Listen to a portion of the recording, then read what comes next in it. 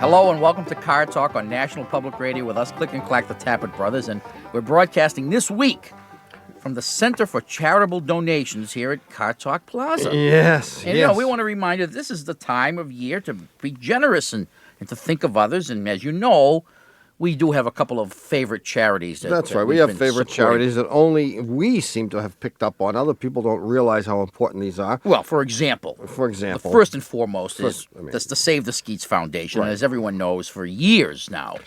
Yeah. Maybe decades or longer. Right. Skeets have been mercilessly shot at. Hunted down, so to Hunted speak. down. They're Even hunted up. They've been hunted down, up, everywhere. They are defenseless little creatures, and there are these... So fragile, too. They're so delicate. They are. They're so delicate, and there are people in this country, if you can believe it, in this modern day and age of the greening of America, who are shooting skeets daily. So if you sympathize with this cause and you have an urgent need to part with some of your money, Right.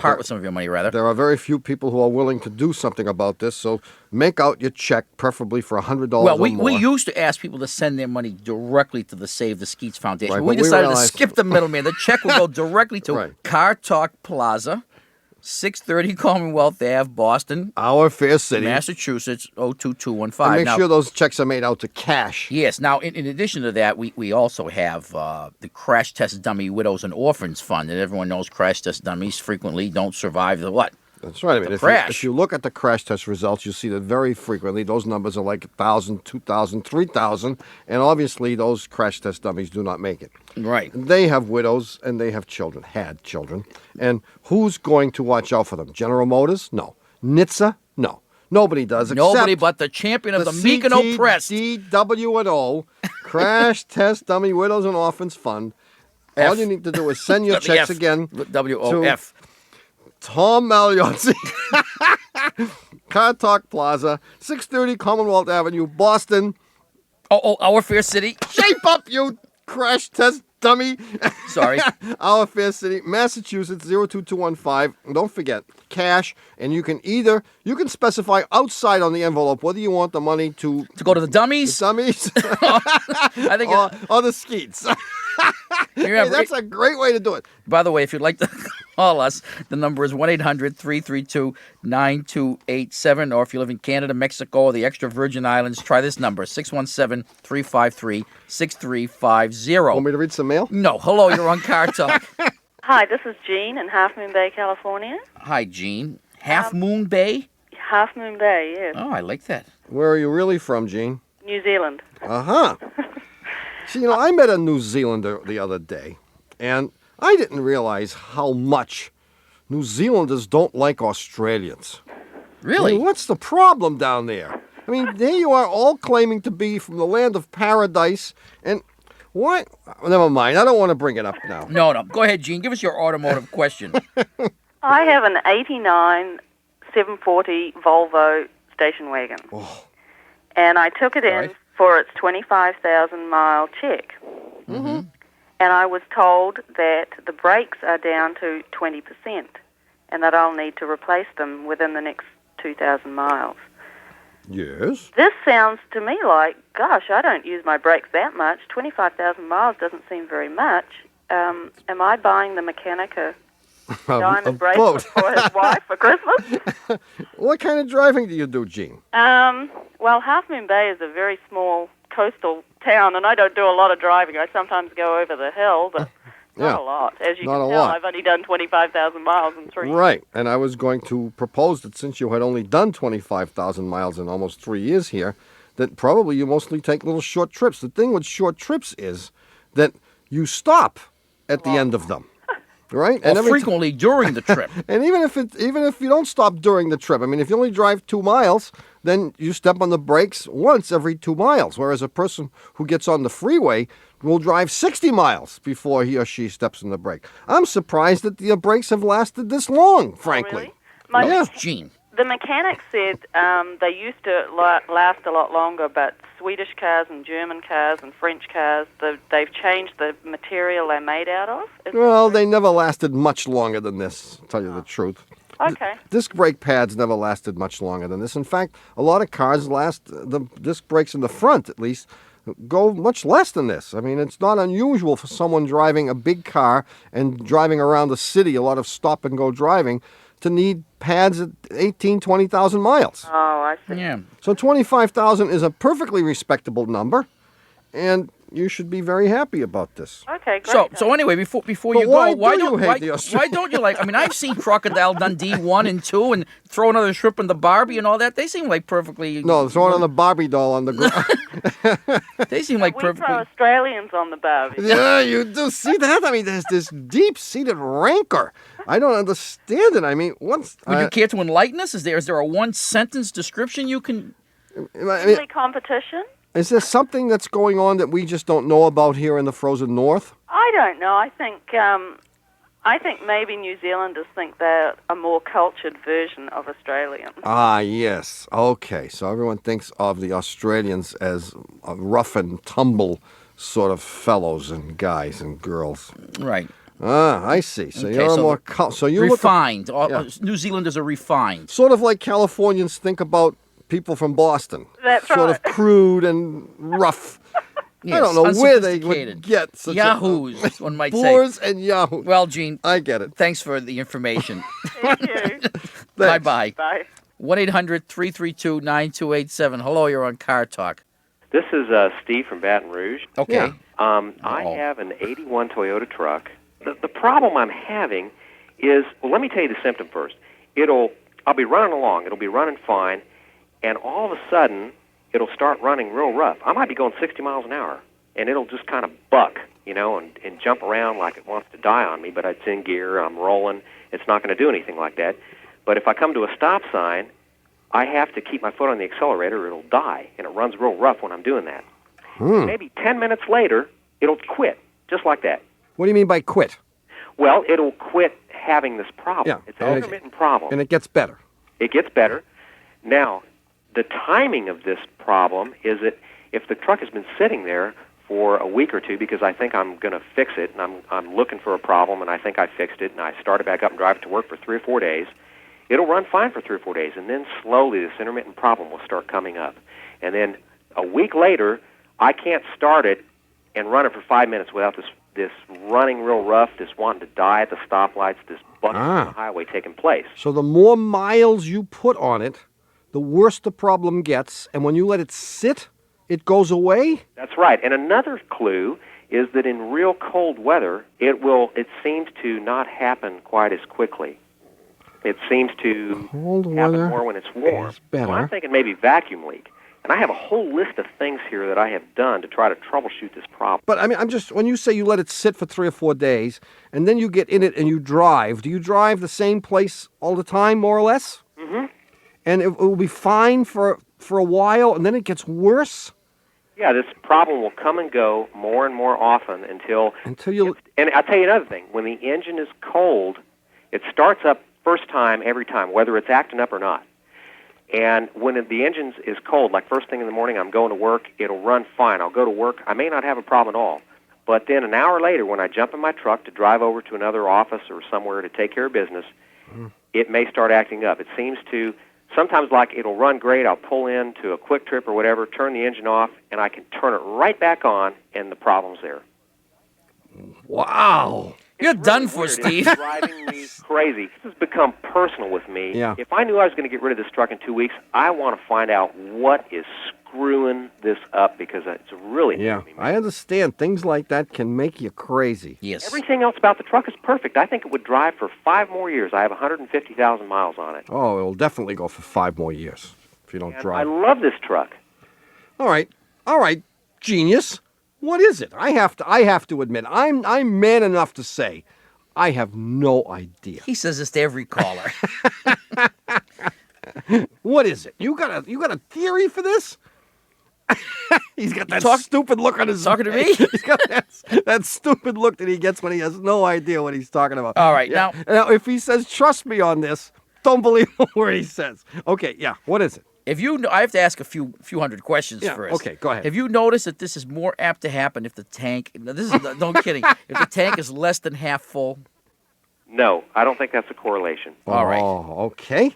I thought of that, and I excluded that because that was so remote. Okay, so that rules out a whole That host rules out all the gasoline-related ideas you had. No, I really don't believe that's it. No, Yeah, I it's believe not. you have a faulty ignition coil. Seriously? Oh. And I know you haven't replaced that yet. I have not. I knew that. I don't want to interfere here and ask any embarrassing questions. Okay, But well, ask him. I will ask my dear brother, why, pray tell, does 3 or 4 days of sitting make the coil get better? That was the only thing I couldn't explain, and I was hoping that nobody asked. Nobody Well, would ask. all right, then I have All another right. possibility. Okay, that takes care of that one. I thought of that too, but I couldn't explain it. So Well- I was man enough. I repeat, I was man enough to say I have no idea. Well, I have a fallback position. Fallback position. What is it? A sticking EGR valve. Wrong. I changed it. He Let me changed tell it. you why I changed it. I took it to the experts at Toyota shop, Yeah. and they had it for 3 weeks, and they got it to act up, and they said, change your EGR valve. And I said, well, why? They said, well, we couldn't figure out what happened, so we hit it with a hammer, and the engine started running good. Yeah. So I looked because I didn't believe them, and I saw the scratch mark where the hammer hit it. Lord knows only what else they shook loose to make it run right. Well, you got to admit, Steve. $150 for this valve. You got to admit, here we are. I mean, 1,500 miles apart. We've never met. I've never seen your truck, and I came up with the same answer. That they had a hammer helping them with. And that was even my second answer. That's right. No, that is good. I will So admit. you replace the ignition coil, and it's going to be fixed. Gee, if it were fixed, you still wouldn't know what was going on, but at least it would be fixed. Well, that's all I care about. Well, it's I mean, the cheap enough. coil's only $30 or $40. And if it does work, then we will put our full efforts on figuring out a reason why 3 or 4 days of rest made it work better. The 3 or 4, that's a red herring. Well, see, without that piece of evidence, the coil is an excellent answer. Yes, and that's why when you can't make all the pieces fit, Throw one away. throw one away. Exactly. You've got it. I'd love to see you doing crossword puzzles.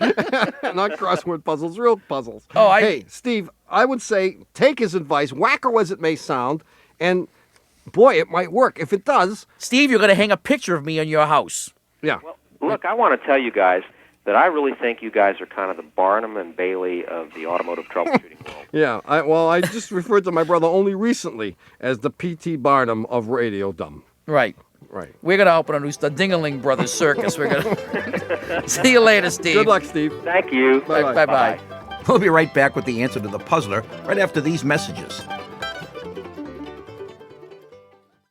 This message comes from NPR sponsor eBay Motors. It doesn't matter if your car is brand new or a vintage rumbler. There's always room to make improvements to take it to the next level and make it feel a little more like you. But how do you know where to go to find the right parts to do that? Well, eBay Motors has all the right parts at the right prices.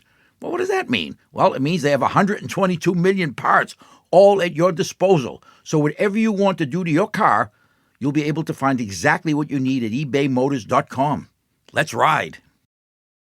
Hey, I'll give you $20 if you can remember last week's puzzler. Oh, $20. What would I do with $20? I would buy 20 lottery tickets. Isn't that a stupid way to spend your money? It is. All right, I'll give you $10. No, that's better. All right. Don't tell time's me. up. Time is up. Da-da-da-da-da. It had to be phrased in the form of a question anyway, and you weren't going to do that, I know. Was it a 2-part question? No.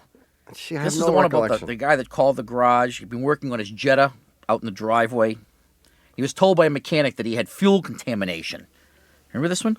No, not He yet. had dirt, he had dirt in there, water, reindeer droppings, all kinds of stuff in there. In his gasoline? In his fuel, right. In his fuel. So he decides he's going to flush out the whole system. So he drains the tank, and he decides to go nuts. He decides to take all the lines from the fuel distributor that go to the injectors, take those off, flush them out with carburetor cleaner.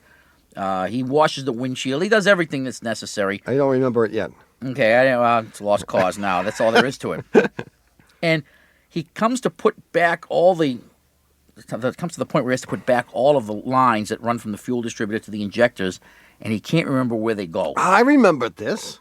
And he called you at the And garage. he calls me. He says, "Oh, I got the fuel distributor, and there are a bunch of lines that go on there to the 4 injectors, and I can't figure out which Can't one." remember. Just like when I used to do tune-ups and I used to pull off all the spark plug wires, I would always forget which wire went to which spark plug. And now I got the same problem. I want to know which hose goes to which injector. So I told And you him. said, who cares? No, I told him to hook him up anywhere, any way he wanted to. In other words, put one hose on the fuel distributor, and wherever it reached to an injector, Hook it up. Okay? And the question is, Damn the torpedoes. why did I tell him that? And the answer? Because I hate this guy. He calls all the time, asks me stupid questions. And is that the answer? And I wanted him to ruin his engine. No, the answer is that his car has a fuel injection system called CIS, which is continuous injection. Computer information systems. No. No. Continuous injection. Yeah. And because it has continuous injection, what it does is it's all the injectors spray all of the time. Instead of having electronic injection, which sends a pulse to an individual injector and has it shoot in fuel at the precise time that intake And valve place. The precise time and place. is opening. Right. Right. Whereas continuous injection just sprays the junk. Yeah, just like a carburetor would, in fact. Exactly. Carburetor is just delivering fuel all the time, and if a valve happens to be open, it sucks the stuff in. If not, the fuel just sits there. Right. But that's the reason he could put them anywhere he wanted to. It's the difference between and Right. And the you truth, could hardly tell the difference, could you? huh? 'Cause do the thing- That's it. So, do we have a winner? Do we have a winner? Here it is right here. The winner is Bill, how do you pronounce Reese. this? Reese or Rice from Shaftesbury, Vermont. Didn't you live in Shaftesbury, Vermont? I did, in fact, live there. I lived there for 10 years for a year once. Yes, every day is a year in Shaftesbury. And for having the great perspicacity to come up with that brilliant answer, Bill, Reese or Rice, will get an autographed copy of our mediocre book, Car Talk. It'll be autographed by Doug Burnham. Right, but it'll be autographed. It'll be autographed. No, we'll get anyone to autograph it for him. Oh, you have a new puzzler. Not a great one, but indeed a new puzzler coming up in a little while, so don't go away. Stay tuned for that. In the meantime, if you would like to talk to us, the number is 1-800-332-9287. Hello, you're on Car Talk. Hi, I'm Melissa from Rosewood, Texas. Hi, Melissa. Hi, Melissa. Hi, how are Rosewood, y'all? Texas. Oh, I love your accent. Well, no, I love y'all's too. We don't got no stinking accents, Melissa. I don't either. What's up? Well, not much. I tell you, I have an 84 Mustang that has 98,000 miles on it. Mm-hmm. And it's getting a little worn and a little ragged. And I have a proposition from my mother to buy her 89 Grand Am, which has 65,000 miles on it, for $3,500. And the problem lies with that my husband calls the car a sewing machine. How many hundreds does she want for it?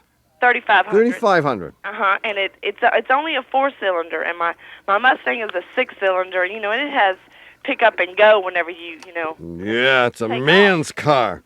And So your husband Tex, what's his name? Bob. Bob, Billy Bob. No, just Just Bob.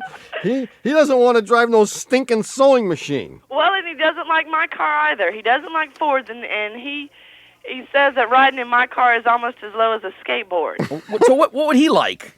He drives a truck. He drives a Nissan Pickup, and which is it's a good truck. We've hit 3 deer in it, and nothing really has happened to it. What about the deer?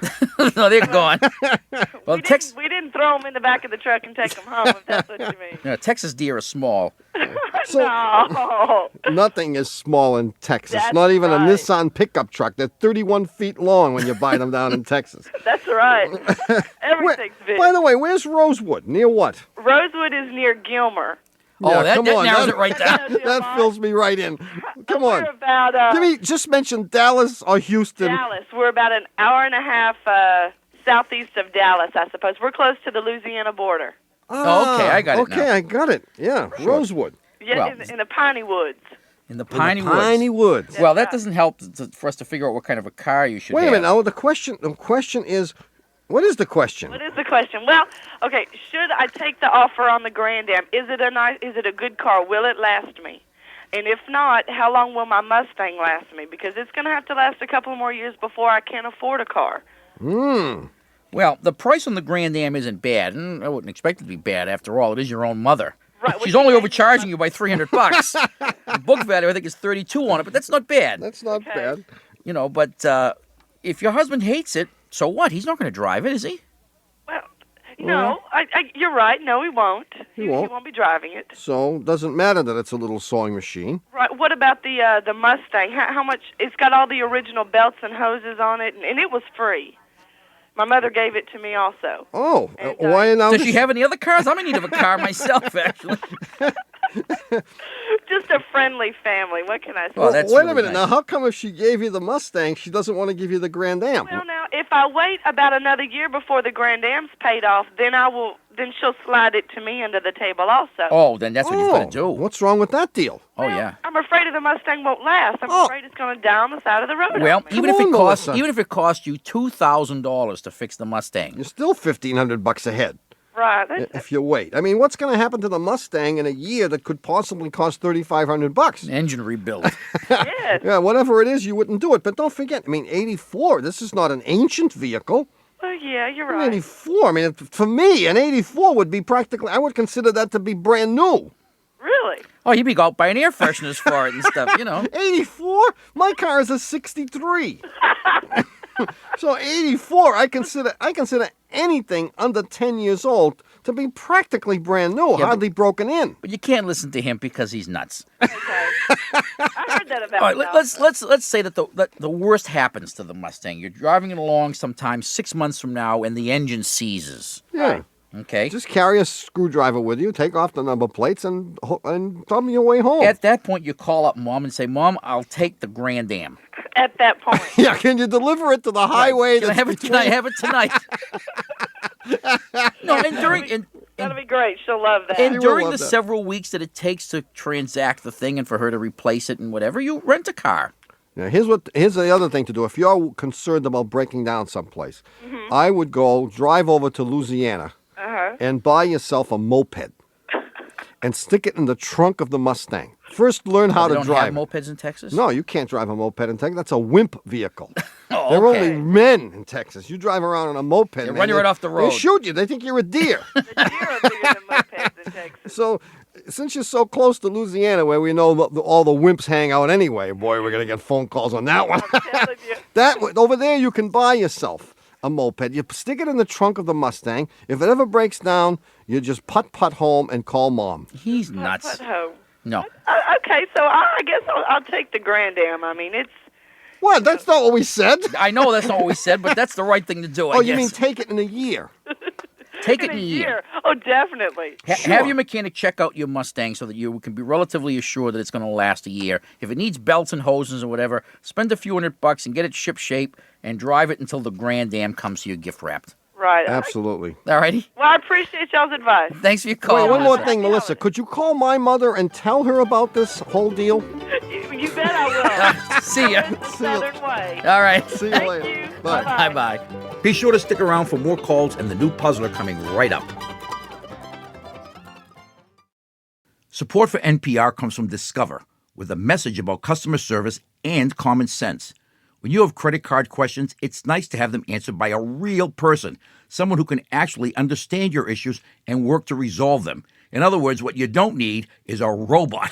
And that's why Discover offers helpful U.S.-based representatives available 24/7. No wonder they call it live customer service. Discover, exceptionally common sense. Hello, we're back. You're listening to Car Talk on National Public Radio with us, Click and Clack, the Tappert Brothers, and we're here. We are indeed here to answer your questions about cars, car repair, and lasagna recipes of the rich and famous. I do have to read one thing. I mean, I realized that just the other day that there isn't enough religion in this show. Yes. And I would like to read, excuse me, I have a little frog in my throat. I would like to read a letter from St. Paul to the Corinthians. Hey guys, the samples of those leather seats were terrific. I'm sure that Lee Iacocca is going to buy a mess of them. Love, St. Paul. Heard that just the other day. You know those crushed Corinthian seats? That's Yeah. where they come from. I never knew that. Well, Hey, you don't pay attention. You don't go to church every Saturday, Sunday, and Monday. Like a good whatever you should be. you ready for the puzzler? Yeah. This is the right season for this puzzler, and I don't know why I said no. That's a hint, actually. So pay attention. Okay. This particular car, I think it can be a lot of different cars, but for the sake of this puzzler, it is a 1980 Chevy Malibu. Okay? 1980? Yeah, right up your alley. A little bit too new for you. How about 78? We'll make it a 78? 78, Malibu. Yeah. And here's what happened. The fellow had the car tuned up at his local filling station. He went in and had Mort tune it up. Yeah. Hey, Mort, throw a tune-up. Throw a tune-up into this, will you? On it. On it. Yeah, Right. on this. Throw a tune-up on this. So Mort tunes it up, and a few weeks later, the customer comes back and complains to Mort. He said, gee, since you tuned up my car, the brakes don't work. Ooh. He said, what do you mean the brakes don't work? Said, I don't know. He said, I don't know. There's something funny going on here. He said, I step on the brakes, and especially, he says, now that there's a little snow on the ground. He said, I step on the brakes, and the car doesn't want to stop. And Mort says, that's impossible. What could I possibly have done in tuning it up that would affect the brakes like this? Yeah. So they take it out for a test drive, and of course it's a nice dry day. The roads are dry. And Mort says, nothing wrong with the brakes. You're nuts. There's nothing wrong with the car at all.